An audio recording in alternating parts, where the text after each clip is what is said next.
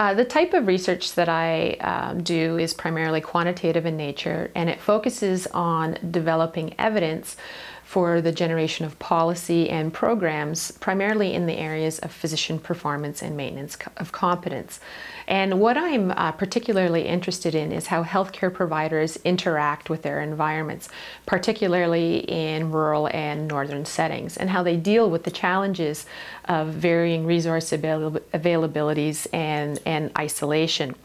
To do this research, I primarily work with provincial data sets from regulatory authorities, educational bodies, and certification bodies. And what this allows me to do is to have really a comprehensive provincial view of physician performance and competency needs, and really to be able to look at how different geographic areas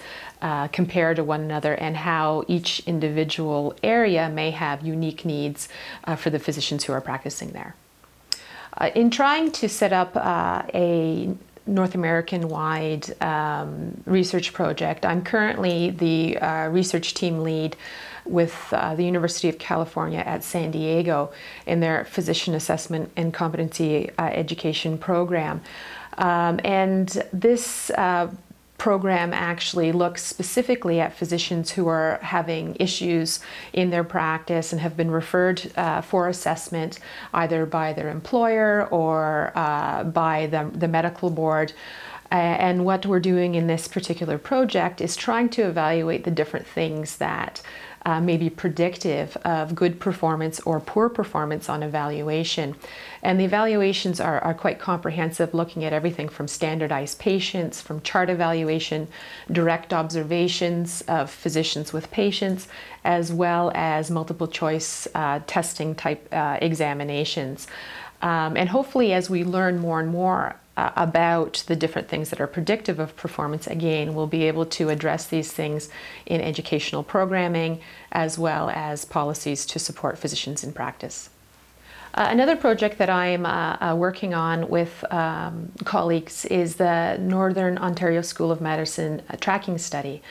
The premise behind this study, or the premise actually behind the establishment of the medical school, was to encourage rural and northern students to come and be educated to be medical professionals within a rural and northern setting, with the hopes that this would then have them stay in rural and northern areas. What the tracking study is doing is we're actually following these students from their first day in medical school, and we talk with them throughout their medical training, and once they've completed their medical education, we'll then follow them when they've gone out into practice to really try to evaluate how their attitudes and perceptions towards rural medicine change from the time they come in to the time they graduate, and then also from the time they graduate to the time they are out in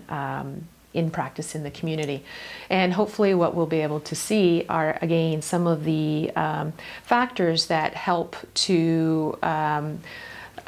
promote rural medicine, and ideally we may be able to then select students who are more likely to stay in rural and northern areas, and for those that are here already, help establish programs that help encourage them to stay so that we can better serve the people of Northern Ontario. As we learn more about how physicians do what they do and what helps them to do a better job,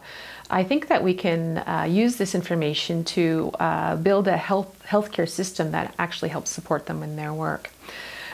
We can build organizations, and we can build settings and develop policies that help them to deal with scarce resource needs and the challenges of the varying types of environments in which physicians work. Ideally, we'll be able to keep them practicing longer, competently, and also to create policies that help recruit and retain physicians in rural and northern areas. And I think the public really needs to know that the majority of physicians are practicing at a very high level, at the very high performance levels. In fact, well over 80% of the physicians who are assessed in most practice settings both in Ontario and elsewhere, are actually performing at a very high level. And I think the public also needs to know that physicians are expected to engage in a system of lifelong learning and have a commitment to their maintenance of competence throughout their career. And hopefully my research will also provide some evidence into how that can be done effectively and how it can be done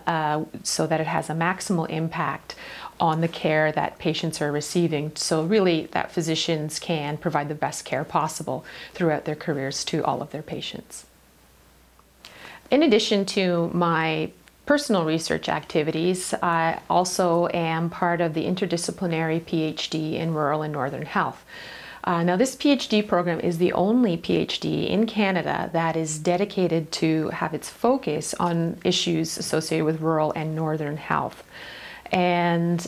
we primarily have students looking at issues of health services, health policy, Aboriginal health,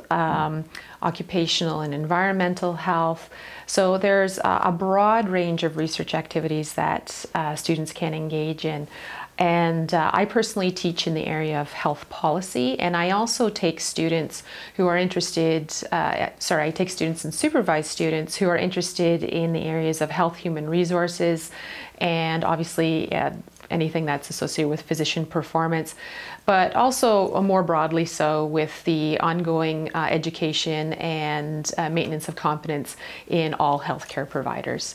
The majority of my research is quantitative in nature, but most of our students participate in mixed methodologies, as well as there's a fair number that focus on qualitative research methodologies. So really our program spans the spectrum of rural and northern health issues and really provides opportunities for comprehensive research in this area.